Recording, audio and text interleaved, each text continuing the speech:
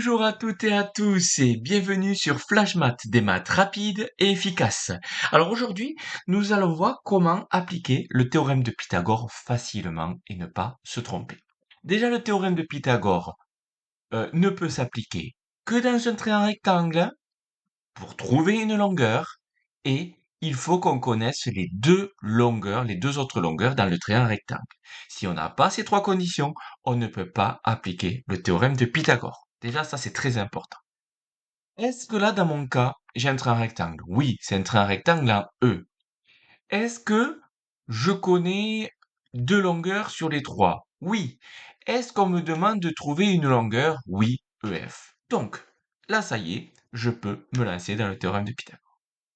Déjà, la chose primordiale pour appliquer le théorème de Pythagore, qui nous permettrait d'initialiser ou de ne pas initialiser le théorème de Pythagore, c'est est-ce que c'est un triangle rectangle? Oui, ça l'est. Donc, vu que ça l'est, je vais pouvoir utiliser le théorème de Pythagore. D'où pourquoi il est très important de mettre au début que on a constaté qu'on avait le triangle rectangle. Alors, attention, constater, c'est pas juste j'ai l'impression que. Il faut que soit on ait le codage de l'angle droit qui prouve que c'est un trait rectangle, soit que c'est dit clairement dans l'énoncé que c'est un trait rectangle. Donc on sait que DEF est rectangle en E, donc où est un triangle rectangle en E, les deux sont tolérés, de toute façon, si on dit que c'est rectangle en E, ayant trois lettres, c'est forcément un triangle, voire même un triangle plat. Tout un triangle plat rectangle, ça va être compliqué. Une fois qu'on a ça, c'est là où on invoque le théorème. Attention, on n'invoque pas Pythagore, donc c'est pas d'après Pythagore, hein, c'est-à-dire on va pas faire revivre Pythagore comme ça, avec une incantation, c'est plutôt d'après le théorème de Pythagore,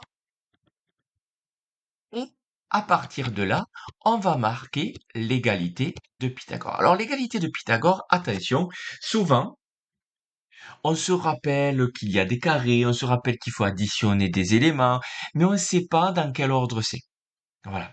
Alors, deux façons de le voir. Déjà, euh, oubliez comment dire, il ne faut pas que vous vous disiez que celui qui est tout seul, c'est obligatoirement celui que vous cherchez dans l'égalité. Non, ça c'est faux. Celui qui est tout seul dans l'égalité, c'est-à-dire quand je parle de tout seul, c'est que ici on va avoir un élément au carré est égal à une addition de deux éléments au carré. Et souvent, certains se disent, oui, mais celui que je mets tout seul, c'est celui que je cherche. Ça, c'est complètement faux. Ne regardez pas les longueurs pour l'instant. Ce que vous devez mettre qui est tout seul, qui n'est pas additionné, c'est le plus grand côté. Et si on a un doute et on se demande pourquoi c'est celui qui est tout seul, vous pouvez aller voir la vidéo où j'explique la relation du théorème de Pythagore. Donc df au carré, donc l'hypoténuse, je rappelle que l'hypoténuse c'est celle qui est en face de l'angle droit, c'est le côté en face de l'angle droit. Donc df au carré est égal à de au carré plus ef au carré. Et une fois que j'ai ça, ça y est, c'est plus facile parce que là, on va remplacer chacune des longueurs par les valeurs.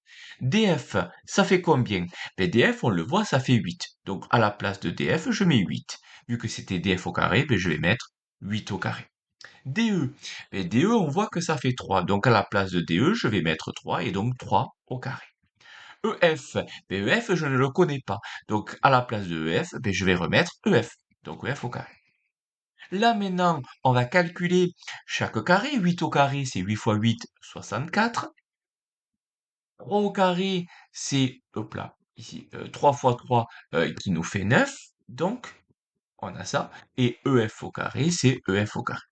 Et une fois que j'ai ça, je vais trouver EF au carré. Là, on est sur une addition à trous. Donc, pour trouver un élément manquant dans une addition à trous, il suffit de faire une soustraction. Donc, c'est 64 moins 9.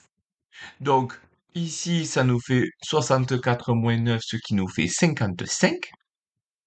Et donc, on a EF au carré qui fait 55. Mais moi, je veux pas EF au carré, je veux EF.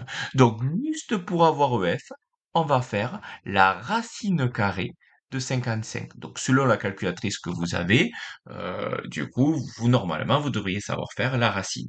Et une fois que vous avez fait la racine de 55, vous arrivez à trouver la longueur de EF. Voilà. J'espère que c'est clair. N'hésitez pas en commentaire si vous avez à me dire quoi que ce soit. Allez, je vous laisse passer une bonne journée et en avant les maths!